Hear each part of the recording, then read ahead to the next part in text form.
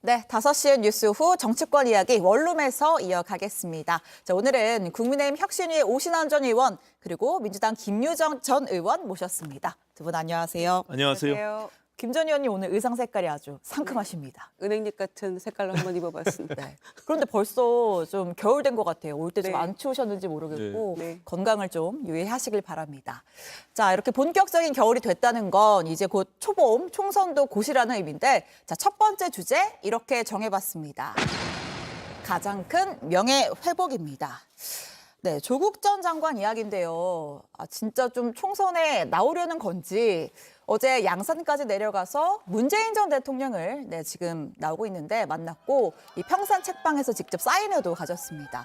그리고 조국 전 장관이 오늘 밤에도 이제 본인 고향인 부산에서 북 콘서트도 열 예정이라고 하는데 어제 보면 이제 두 사람이 만나서 저렇게 와락 얼싸안는 모습이 굉장히 인상적이었습니다. 현장에서 나온 이야기도 잠깐 듣겠습니다. 장관님 책에 사인 받았어요. 네, 아주 고맙습니다. 반갑기도 하고요. 나도 책 사인 하나 받아요. 여러모로 부족한 사람인데 책 구매 또 서명을 통해서 저에 대해서 많은 위로와 격려를 해주셔서 너무 고맙고 그 시민 여러분의 그런 성원 덕분에 여기까지 온 것 같습니다. 앞으로 열심히 또 살아보겠습니다. 고맙습니다. 네, 앞으로 또 열심히 하겠다. 얼마 전에 조 전 장관이 김어준 씨 방송에 나와서 비법률적인 방식으로 명예회복을 하겠다라고 발언해서 이거 출마하겠다는 거 아니냐 뭐 이런 해석이 나왔는데 또 그 한편으로는 뭐 국회의원이 본인 명예회복하는 그런 자리냐 이런 또 비판들이 있었거든요. 자, 그러자 오늘 페이스북에 해명글을 올렸습니다. 내용은 내 개인의 명예회복이 아니라 검찰 독재 정권에 빼앗긴 그것에 대한 명예를 회복하겠다는 거다. 이렇게 좀 해명을 했거든요.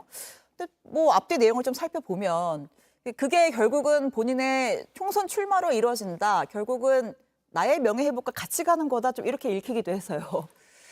처음에는 이제 그 명예회복이 본인에 대한 건 줄 알고 비판의 목소리가 높았던 것에 대한 이제 해명 혹은 변명 같은 거를 올리신 것 같은데요.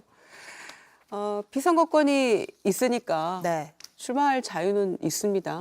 그런데 중요한 거는 이제 1심이 끝났고 2심 재판이 진행 중인 그런 상황이잖아요. 또 결론이 어떻게 날지도 모르고 그걸 또 지켜봐야 한다는 측면이 있고요.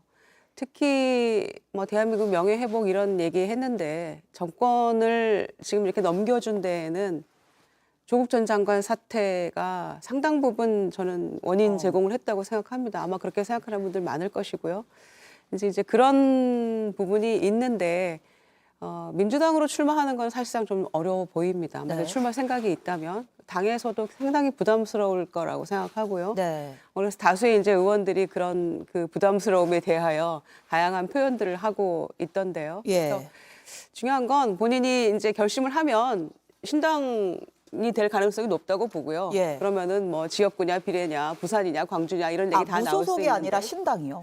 신당 얘기도 나오지 않습니까? 그래서 그 모든 것은 피선거권이 있는 본인의 자유이겠지만 정치적 여러 가지 고려도 동시에 이루어져야 하고요. 무엇보다도 선거법 개정이 어떻게 이루어지냐에 달려 있다고 생각합니다. 알겠습니다. 일단은 제가 봐서는 뭐 민주당이 지금 친명 비명계에 대한 갈등으로 굉장히 복잡한데 이 셈법이 하나 더 복잡해지는 조국 그 변수가 생긴 거죠.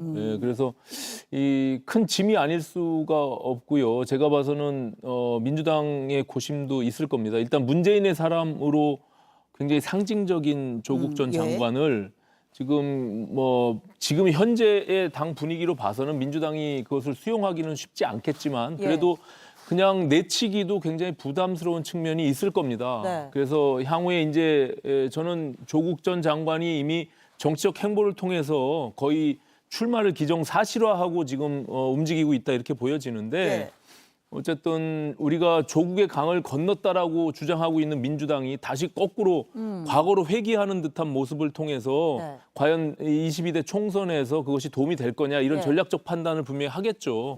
그리고 지금 사법적인 절차를 통해서 거의 판결이 다 지금 나고 있잖아요. 그리고 지금 부인 정경심 여사는 다 지금 감옥에 수감돼 있는 상태이고 이런 상황에서 본인이 이미 사법적 판단을 받은 상태에서 비법률적인 명예회복 굉장히 아이러니하고 국민들이 저것을 동의하기는 굉장히 어려울 것이다. 저는 이렇게 생각을 합니다. 예. 정경심 교수는 이제 가석방으로 나와 있는 상태고요, 지금. 말씀하신 대로 그 부분입니다. 조국의 강의 부분인데 지난 대선 때 우리는 조국의 강을 건넜다 이렇게 얘기를 했었는데 내년 총선 이제 한 5개월 남았어요. 그러면은 이 정말 말도 안 되는 윤석열 정권에 대한 심판으로 일치 단결해서 화력을 집중해야 그렇죠. 하는데. 그 이슈를 가지고 우리가 열심히 그 선거를 치러야 되는데 마치 전 정권에 대한 심판인 것처럼 가버릴 수도 있거든요. 네. 이제 그 부분에 대한 여러 가지 우려가 있기 때문에 네. 당 내에서는 우려도 있고 또 난색도 표명하고 있다고 생각합니다. 그리고 네. 또 한 가지 말씀드리고 싶은 거는